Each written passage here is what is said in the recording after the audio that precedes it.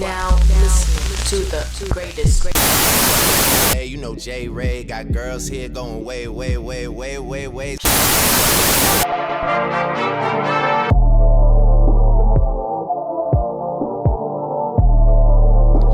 do it. What's going on, good people? You can tune in to another episode of Real Talk Radio. Got a special guest with me, man.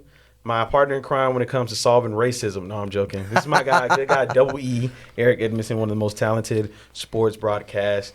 And whatever you need broadcast-wise, he's the GOAT. I appreciate that, Jared. Thank you very much. Yeah. What else do you want to tell the folks about yourself? I know you're also a journalist. Yeah, well, somewhat journalist. You know, I think I can write. You know, I've been told I can write. Yeah. So I... No, you're good. You're good. I definitely I like writing. I didn't before I came to Piedmont. I never like wrote journalistically. Mm-hmm. So when I first took the class, like everything was written in like essay format. So it had to be like heavily edited into AP. Mm-hmm. So I was like, I don't think I can remember any of this. But I finally got back to it. It's actually easier because like you're supposed to do less words. So. I'm a very long-winded person, so I just write initially, and then I go back and just take out all the unnecessariness. Yep. Yeah. What else? I think that's it. You have any other titles you want to share with the people? Award-winning podcast winner. Yeah. I thought it was radio show. That was podcast? No, podcast. That's a tough. Yep. Second out of the nation for College Media Association. I didn't know that. That's I didn't know right. it was in the nation. I didn't know it was a podcast. But That's right. But podcasting, I know that's a tough, not nomination, but that's a tough group to compete in when you're. It is because like everybody's got a podcast now. Seriously. And like some people, and frankly, when I look back at mine, I realized there was some stuff like, and I kind of want to go back and reproduce it, right? And when I turned it in because it was originally a class project, it was like Joe said you should break this up into a 4-parter. Yeah. So I was like, okay, I'll look back and do that. Oh, now I do remember. It was podcast. He told me about that. It was that.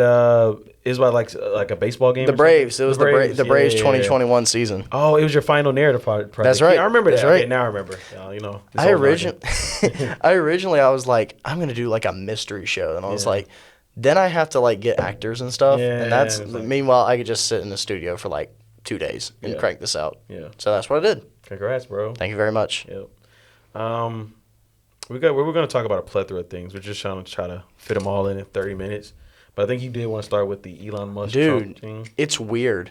Yeah. It's very strange. Like, look, we're not two political heads, man. But we can.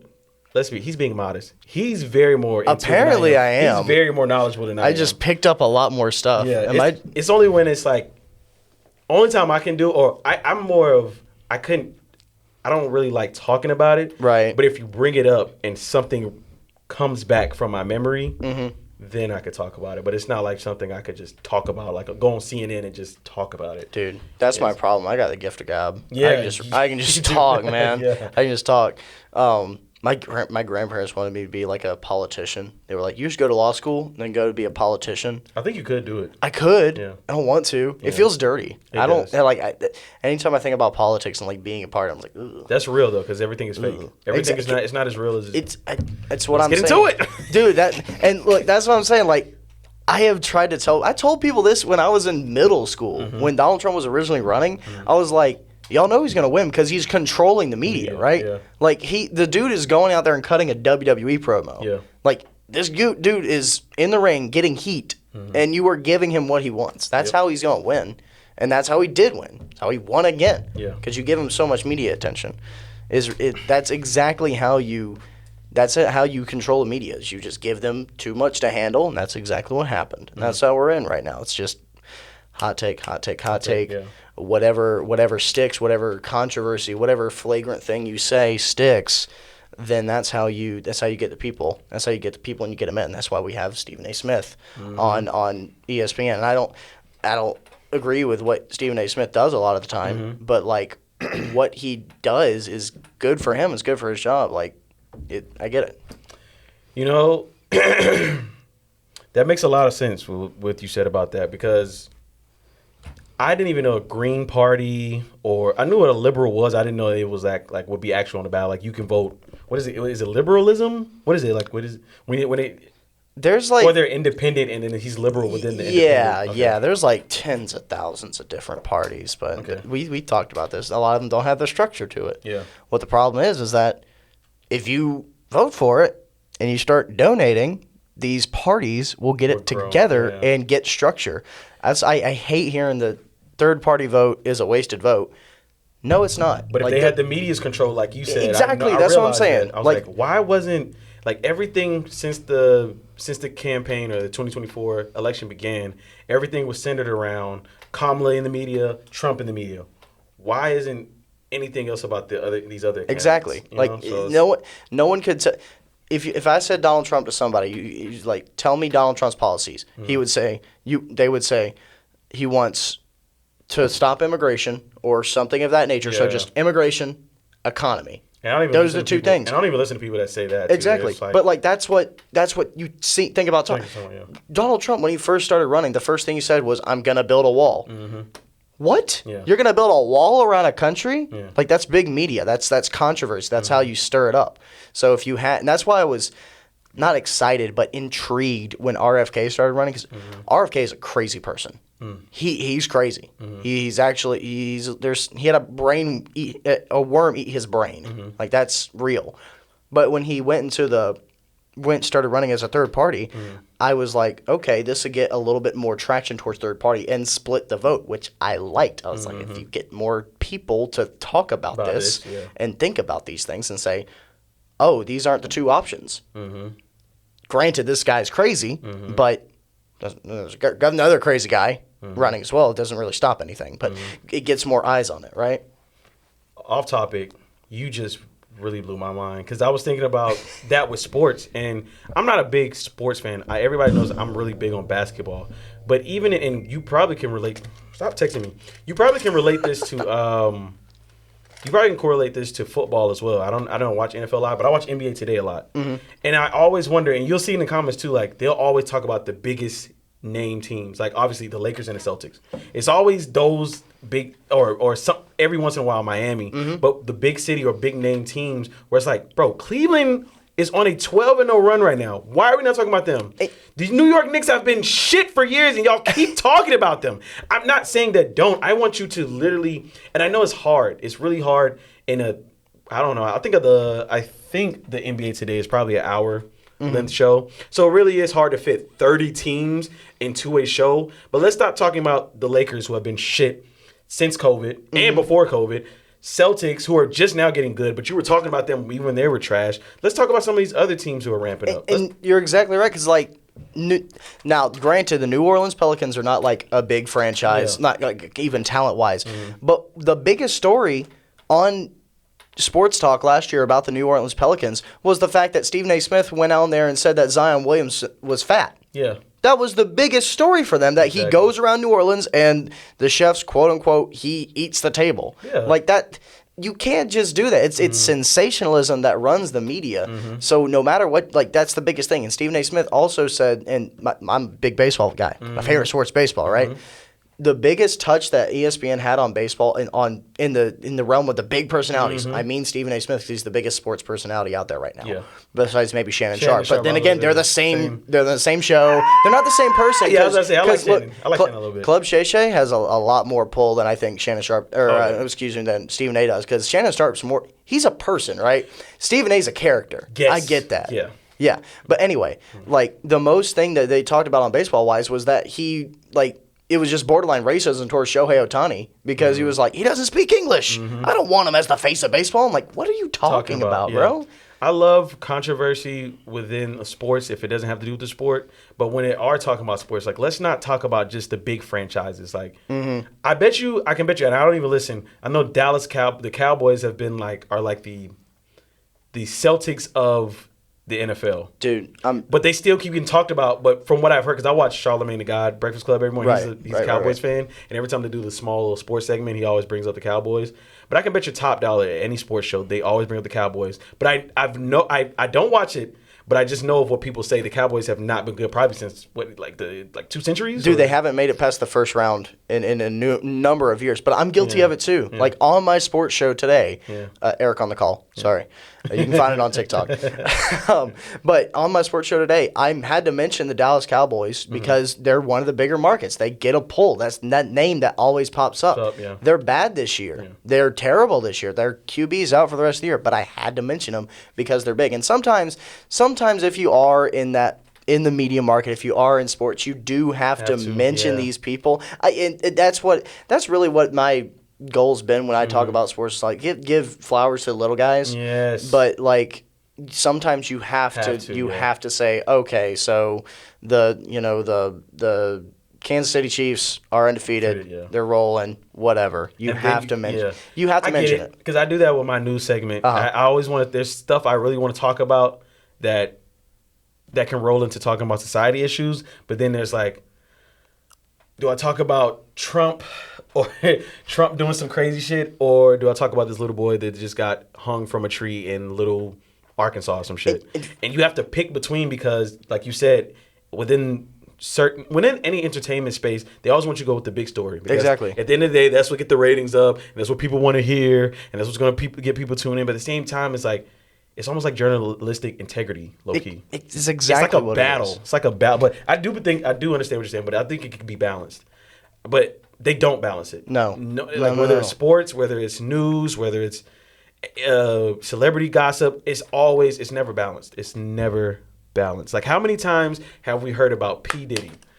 How many, I listen to regular radio, so every news story, especially on the Breakfast Club, P. Diddy, P. Diddy, P. Diddy, P. Diddy, P. Diddy. One thing I love about Charlamagne the God, whether people like him or not, is with this donkey, whether it's his donkey of the day or maybe it's another like little something he'll throw in there, he always talks about the little stories. Mm-hmm. Like, I think one of the inspirations behind this podcast, other than just having these open conversations about society issues or just being open in general about everything, like nothing held back, whether if it's offensive or not, share your opinions. Let's talk about it, because that's what this country is just so scared to do, and that's why they wonder why this country can never get to where it needs to be, especially from a society standpoint, because some of these issues that we face today can be just fixed with a conversation, but some people are scared to have that conversation. That goes into our political stuff. But let me wrap it back up. But there was one story that he talked about where there was a lady that had got raped on a train in New York. What a coincidence, because New York, there's always some crazy shit happening. But she got raped. She was like getting raped while the train is in motion, and there were bystanders. But guess what the bystanders do? They didn't call 911. They didn't try to help the lady. They pulled their phones out and started recording. But that goes to just show how technology and social media has really brainwashed us into like, I have to get this moment. I need this attention. This has to go on social media. I'm world star, right? And we're stuck in this like this computer box mind. It's sad, but it was a story that he brought up that I didn't even know about. That if you would probably, I'd even try to look it up on CNN and all this stuff. It was barely on the Washington Post, and I'm like. But I get it. It's a money thing, and when you go into this business, like I said, I think journalistic integrity, low-key, has just gone out the window. Exactly. If there's something, when I first started getting into like journalism, like I wanted to intern for my local paper when I just got out of high school. Yeah. Just so I could, it was a job that I didn't really know what I wanted to do, but it was a job that I was like, okay, I can be kind of creative here, and I'm not going to work like a 9-to-5 or anything like that. I can see if I can. Anyway, the main thing that I was told by the editor-in-chief was like, we don't have room for you because our only stories that sell are if it reads, it bleeds. Or sorry, if it bleeds, it reads. Yeah. That's what he said. And it's just, that's always stuck with me because like, yeah, if it bleeds, it reads. If it's bad, it's good for money. It's good for press coverage, because very scarcely people will tune into the news to see a kitten get saved out of a tree. But they'll tune into the news to see they'll see what's going on with a protest or what's going on with if it turned into a riot or what's going on across overseas that is a war zone. That those things sell a lot more because it's like the media has you in like a fear-mongering hole. It's like, we can tell you about that. We're the only people who can tell you about that. Yep. Because it's such a monopolized culture now. Yeah, I totally agree. It's just insane. And it's crazy because now I think about it, I tried to do that on my very first radio show here. When I tried to, me and AB were doing so many like sad, like you said, sad stories where it was either a tropical storm, going through this. I don't know. It was just like a, what do you call them? Now my brain is farting again. Oh, like a natural disaster. Jesus, I couldn't think of that word. I said tropical storm. Whether it's a natural disaster or whether it's the elections or whether it's something nationally crazy, there's never a positive story. Exactly. I do remember doing one story where there was like one of the youngest kids to like graduate college or something. It was like a couple of years ago. And even within trying to even find I don't even know how I came across it, and I reported on it. But when you report on it, you can go to different net resources to really get the story right. And it was like barely anybody talking about it. And even when I was announcing it, I was like, do people probably even care about this? Like, but that's the thing, though. Is like, the more you care about something, the more other people will care about something. Yeah. Like, the more, like for me, the more I talk about baseball, like my job as a baseball fan, I think, is to grow the game and to be an ambassador for it. So if I show this fire and that passion to tell stories, it'll get more people interested. It'll get more people talking. So as long as you have that passion for telling stories, I don't think it's hard to make people care about it or to allow people to care about it, because it's just a lot of people, a lot of times with the negativity, you latch onto it. It'll satiate you for a minute. But like that, it sounds corny, but like hope's a real thing. Hope can push you forward and can give you inspiration throughout the day. So sharing that type of story with people and being that storyteller, it's satisfactory for you, and who knows how long it will carry the other person, the people who are listening to the story. So I think, like, telling all the positive things you can about something that's powerful. I think that's one thing I struggle with nowadays, because it's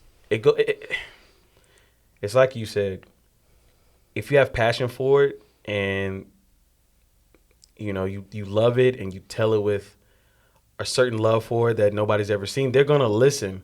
But I think the problem is, unless you're an influence, will it reach the masses? But then there's also, well, maybe my message is for this particular group of people. But that's the hard part, because I think what we're talking about now, it should reach the masses. Right. But will people care about it? It's almost like you've probably never even heard of this guy. His name is L.A. Russell. Nope. And he's a rapper, right?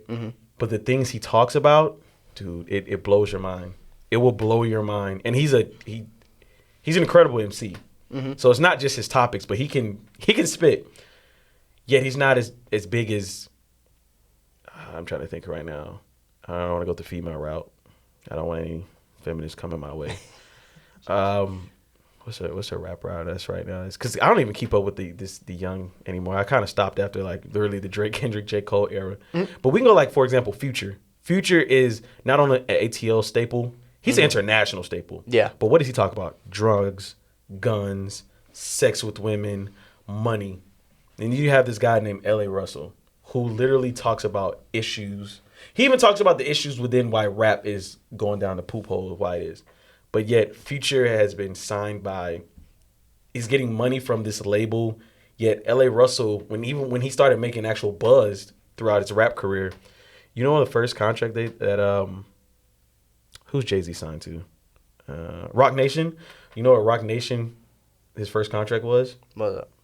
I think he said it was 0, but it's damn near little to nothing like that. Jeez. And then through renegotiations, they tried to give him actually what he thought was, because you never can give somebody what their worth is, what was close to what he thought was reasonable. And this is how real he is. He declined it because it was like, that should have been the first contract. Right. Like, if you don't have respect for me like that, and this is how y'all do business down the line, do business right now, what is going to be like down the line? That's why you see a lot of these artists even now are getting out of their contract or recreating their music because they were stuck in this loop of how the music industry kind of controls you and uses you, but you have no choice in your early stages because you need somebody to help you grow your platform and make money, and they can do it. But the catch is, we're going to give you this, you're going to give you that, you're under our contract, you're under our control. Like, everything you make is really we own. Yeah, and it's hard, like, especially with and bringing this back to sports. I feel like a lot of, especially in the NFL, the careers are short, right? So the first chance you get at life-changing money, you're going to go to it. That contract comes with this, that, and the other. You got to perform this, or else we're going to screw you over in this sense. And that's how agencies get their money, is because these kids, they're kids. They come out of college. Say, look, 23. Like, that's not kid, or 22. That's not like a kid, but, like, what do they know other than football and college? Exactly. So they don't know nothing about the real world. They know that they need a job. That job pays very, very well. They sign an agent, and their agent takes X amount of dollars away from them. Exactly. Like, it's just, it's predatory. And it's something that, it's unfortunate, but it takes a lot of, it's like a cultural shift, right? I think it is once, because we're not deep in the sports industry. You're deeper than I am. Stop being modest. This guy knows every sport. When I first came here, they wanted me to do sports comm, but I was so real with myself. I was like, I could learn each sport. I'm not gonna do that. But if you tell me basketball game, that's why I think DVC is always surprised when I do certain stuff. I think he judges me off of my punctuality, but in actuality, if I'm actually passionate about it, I will put forth the effort. Like, I will go all out. You see how my radio show is. You weren't there with basketball and BS. We did basketball and BS a couple of times. And I know DVC was surprised. Yeah, with Chris. And everybody was going crazy about it, but we didn't realize how much DVC liked it. He gave us, if you take any DVC class, it's so hard to get a 20 out of 10, 20 out of 20 or 10 out of 10. Dude, he gave us multiple 20s. Just because I guess we were so in depth with it too. And I think he also didn't know we was that good at sports. But he gave us like multiple 20s out of 20s, which we were surprised, because if you take a DVC class, it's really hard to get it's easy to get an A, but it's easy to get a 100% score on anything in his class. You probably have, because you're, like I said, this guy is... The highest grade I got in that was out of one of his classes was a 49 out of 50. On a video project. I was like, fuck, he will not, bro, but we got 20, and this was a podcast, so he's even harder on podcasts, because it's pre-recorded, so if you messed up, you can go back and edit it. Pre-recorded, if you mess it up, you have to go back and record it, folks. Exactly, so there should be no mistakes, but going to that anyway, this guy is just multi-talented, but yeah, I don't know how we got off topic about sports.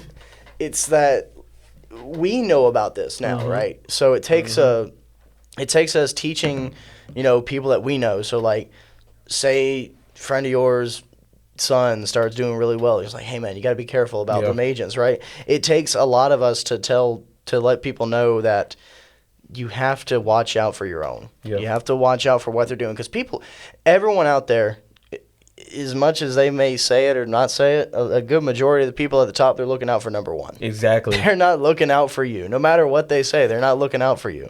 So you just got to you have to make sure that you're not going to fall into their trap, or you're not going to fall into their vice. And their intentions are true to actually help you. That's what the point of an agent is, to help you build your brand and make wise negotiation decisions or something like that. So it's hard to find someone's true intentions. It really is. It's crazy. We got to cut off topic. I'm trying to find it, though, because I've definitely I've played his video before. When one of the last guests, his name is Monty, he's a rapper.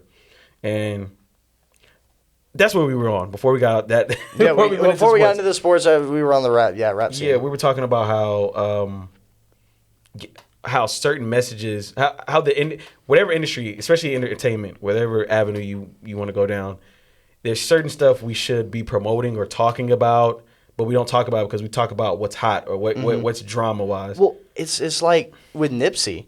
Nipsey did so much for his community, going back and like rebuilding basketball courts and helping kids do that. But no one knows about that. I think the most, it sounds really bad to say this, but I think the most newsworthy thing that Nipsey ever did was die.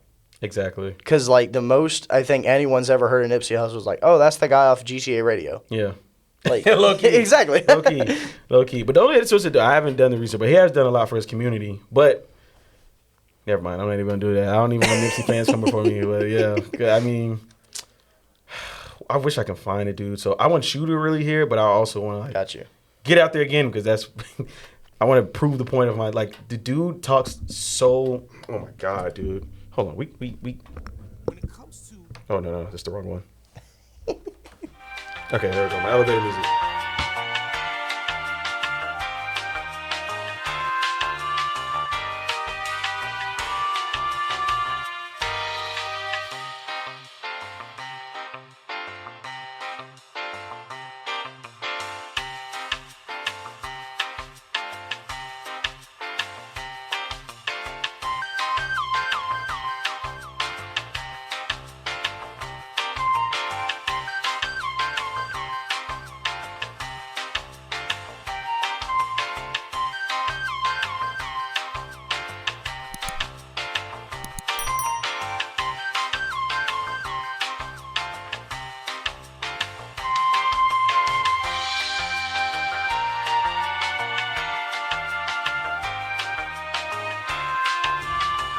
Okay, I couldn't find it, but if y'all go watch the Block Life Trez interview, y'all will hear. But this is one of my favorite songs. This is how I found out about him. So he was on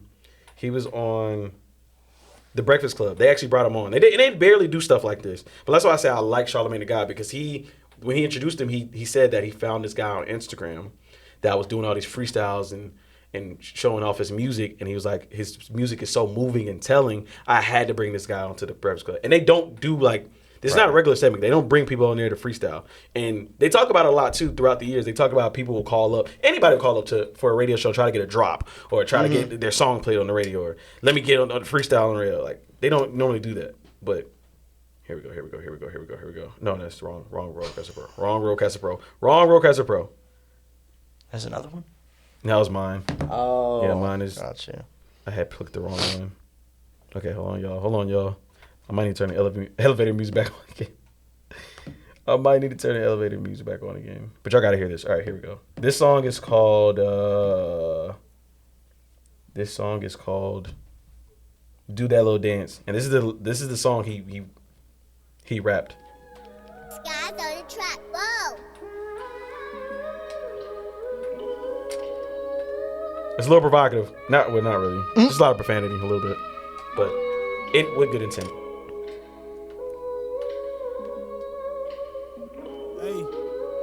I'm home. African nigga in the European whip. Yeah. Like we ain't come here on the European ship. Fuck your opinion, shut your European lips. Please. Money and murder, that's that European. I know better, I just hold my tongue. Niggas yelling out total while I'm on my run. Yeah. Happily wave back as I hold my gun. Yeah. I seen a lot of niggas die, they all look like me. Know your rights get denied when you look like me. Yeah, we both from different sides, but you look like me. How come the man in the mirror never look like me? Unfamiliar, quite peculiar, do you know yourself? Are you tending to your garden, do you grow yourself? Are you living in the past, do you hold yourself accountable for all that's bad like you owe yourself? A new life, a new bitch, a new you. Some new goals, some new hoes, a new crew. You know them, you know us and them too. You know who everybody is, but who you? I ain't trying to preach cause I hate that shit. But I see niggas dying and I hate that shit. Smiling all the time, I gotta fake that shit. I hate 20 shots, why I make that shit. Sharing all this pain for the income I could gain. Great granny was a slave, why would I ever cop a chain? Gave us band-aids like that could ever stop the pain. Niggas used to hang for these songs that I sang. Niggas used to die for these pictures that I post. Niggas used to die trying to get a right to vote. All right. I almost forgot because I hadn't listened to the song in so long. I was like, hold on. Hey, hang on. He's slid in. He's speaking. But listen to some of the stuff he's talking about, yo. Right. But yet the hottest thing is, I will admit, because you know I'm a Drake fan. Well, not a Drake fan. I'm a fan of Drake's music. He is Kendrick Lamar-esque, but he takes it to a whole nother level. Like, he literally just stays there. So, like, Kendrick lives in the world between worlds, right? Like he's got one foot in the lyricism and the struggle, and obviously I can't like really speak on it, but the struggle of black people. But he's also got one foot in making humble, making damn, right? Yeah, it's like he's got one foot in the door of doing that too. But like a lot of his stuff, especially, and I think like Mr. Morale isn't necessarily about like the culture of being in that life, but it's more of his culture and what he does.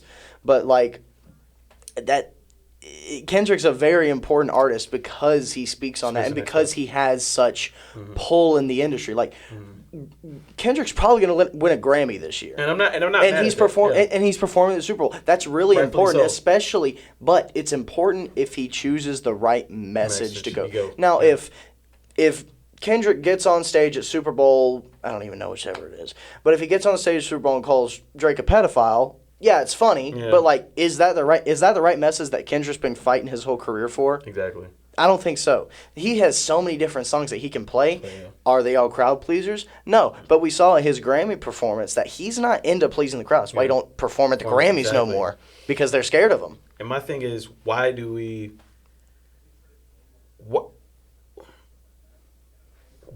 only glorify Kendrick when there's so many more Kendricks out there? Exactly. I just showed y'all one. Exactly.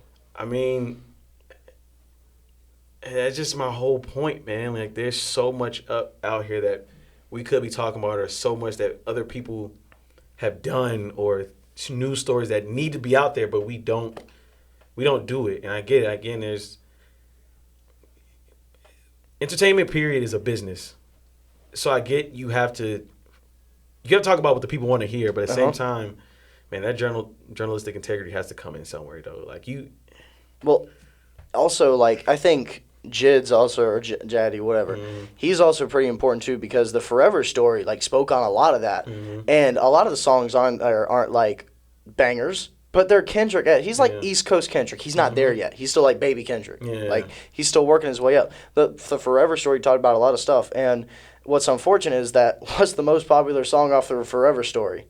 Surround sound. Yep. Like, that's the song everybody's gonna know from that, and it takes a lot of talent and it takes a lot of knowledge to make those songs entertaining. That make those songs entertaining. Yep. Like Kendrick's not like us. Like, the Not Like Us, it's not about not being like Drake, right? Yeah. Well, what he said. Yeah, per what he said, right? But you know, that's how you're able to flow that message and weave it in really well. Yeah. It takes a lot. It does. Well, I think that's all I got. Yeah. You got anything else? No, I think we covered a lot of it. We didn't walk in here with that media controlling topic. But you feel me? That's just how went here and talked about what need to be spoken about. Exactly. So, yeah, man, I want to thank you for coming on this platform. Absolutely, taking time out of your busy schedule, because, like I said, this man is a jack of all trades. He pretty much does everything around here. And again, because I always do I do a lot of my shout outs and stuff at the end.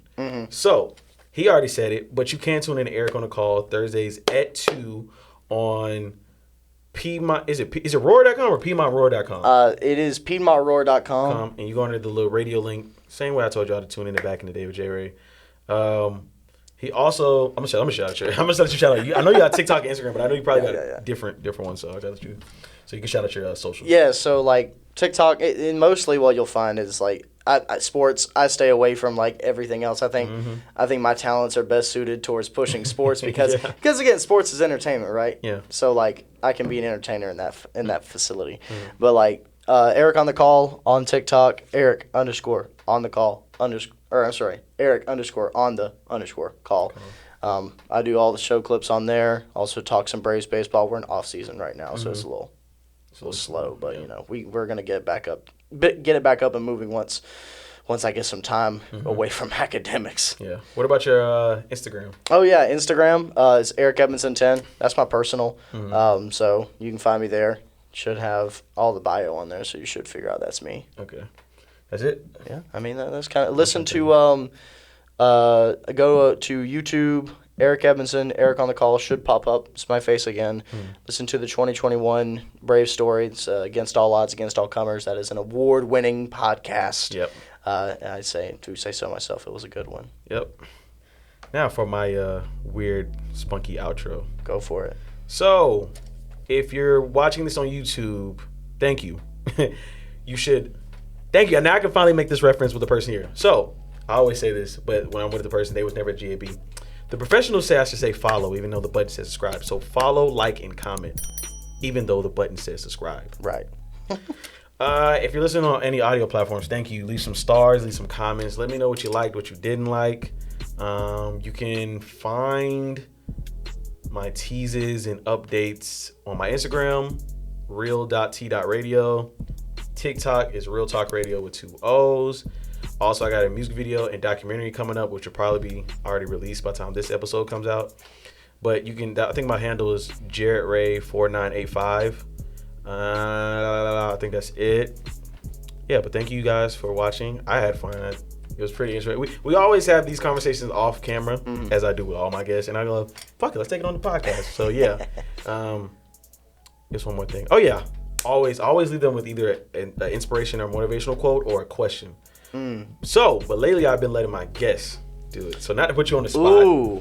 But I always, this is the way I do it. You don't have to think about a personal, but something, maybe it can even be a message you tell yourself every day with, maybe you're going through one of the roughest days. Like maybe you, okay. I don't know, maybe, yeah. So, yeah. I got you on. It's going to build a little bit ego. My band director told me this back in middle school. You are the best at something in the world until someone else comes along and tells you you're not. And then you have a new challenge. Ooh. I like that one. I might write that one down. We out though, y'all.